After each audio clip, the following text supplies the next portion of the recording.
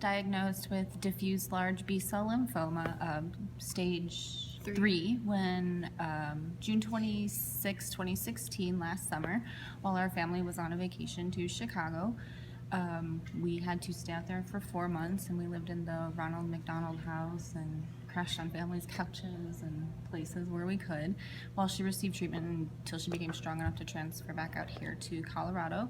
It's been beyond words. It was horrible. I was stuck in the hospital so much. I had a lot of problems. I could barely stand up at all. I almost never got free time to myself, and I was separated from my family. And I'm just so glad to just be out of it, you know. No one was expecting it.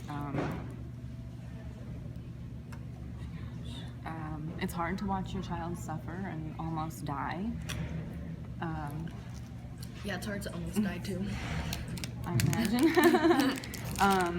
But we're pretty humorous about it now, and we embrace what the future has to Yeah, like you can't get offer, all like and depressed. we're trying to be happy now. And Yeah, like you can't get all depressed over it. Like if you're going through that, you have to be optimistic and like have the Very humor strong. and like joke around with each other, because if you don't do that, you're just gonna be too depressed to like do anything, and it's gonna overcome you. So it's always good to like be optimistic in those times. as close as we can. She does have her last surgery coming up in 2 weeks, and we're kind of wrapping up all sorts of doctor appointments, and then she doesn't have to go back for 3 months, so that's very exciting that we'll have 3 months away from hospitals and all that goes along with Long that. hair.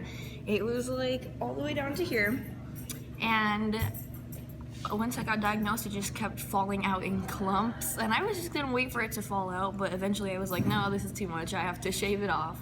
So me and Mom got our hair shaved off together, and we were both baldos for a while. Yep. And she did lose her eyebrows and her eyelashes, and just as soon as she had her last eyelash, I noticed. It's amazing because it all just started when everything started going right. Shortly thereafter, everything started filling, and her eyelashes came back very quickly, and her eyebrows and her hair. Even though they said it could take up to 7 years for everything to come back, it actually came back really quickly. And Join me in clapping in Jillian Golson.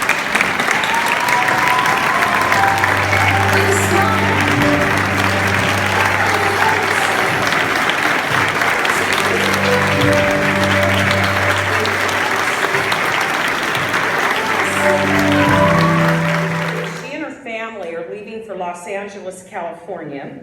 This trip is sponsored by the Make-A-Wish Foundation. Jillian's wish was to meet Rebecca Sugar, who is the creator of Steven Universe on Cartoon Network. Now, not only does she get to meet her, but she gets to spend the entire day with her at Cartoon Network. Can you I imagine? love art, first of all, and when I was like a little younger, like maybe in 6th grade, I wanted to be an animator. But recently when I was in the hospital, I found out about the show Steven Universe, and it was just so good, and like the story was like so well written, and I've seen like videos of her, and she seems like so nice, and she like became my role model and Not stuff. only did Jillian teach us strength and perseverance, she came back, and can you imagine that with all she went through, she has a 4.0 grade point average.